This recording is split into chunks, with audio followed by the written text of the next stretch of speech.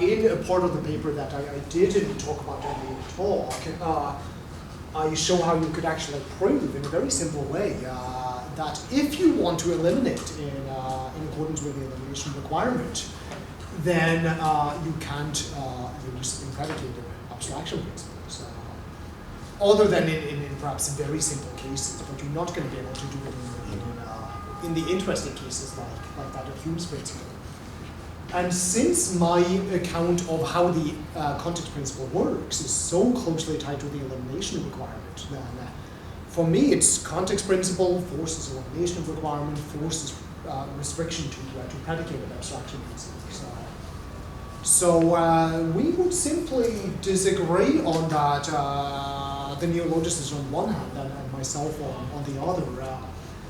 And what they do instead is, while they're up to something puzzling in the predicativity of Hume's principle work, which I've spent endless amounts of time pondering and still can't really figure out. But the official story these days is very much one of abstraction principles as implicit definitions of a very good kind somehow.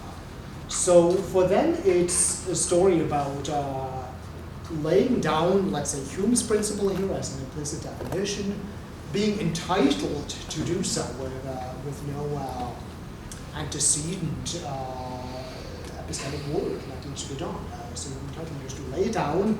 If it works, then that will, we all hope it does, unless arithmetic is inconsistent, then that will give you knowledge of arithmetic.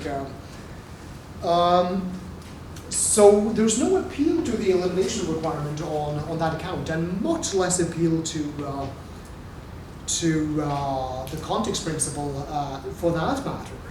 So it's really resting very heavily on implicit definitions. Now, I get worried at that point that there's nothing very special about abstraction principles any longer. Right? And other people have been worried about that. There's a very nice paper by John McFarlane challenging the neo-Fregeans on that count. And then they come back to say things that are much more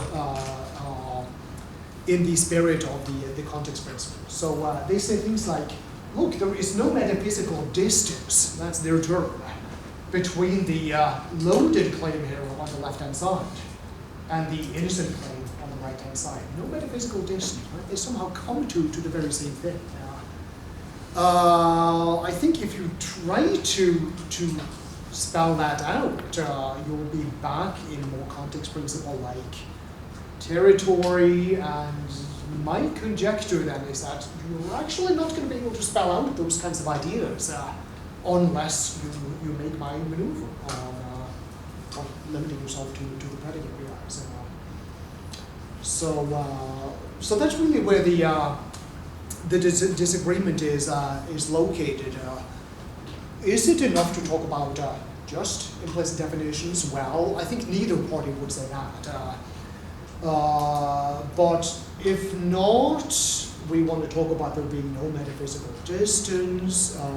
Can that be spelled out in a way that is sufficiently clear and doesn't force the restriction to predicate abstraction principles? I'm doubtful, and they are hopeful. So, yeah, I think time is up. Let's thank our speaker.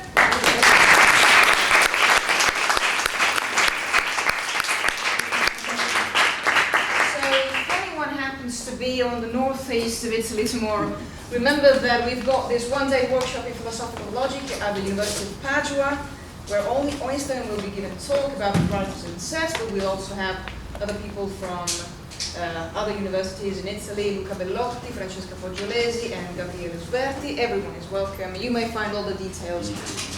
Sorry? In Europe, Francesca Foggiolesi in France. Okay, yeah, of course, she works in France. But any one of you is interested in coming, you can find the details on any of the major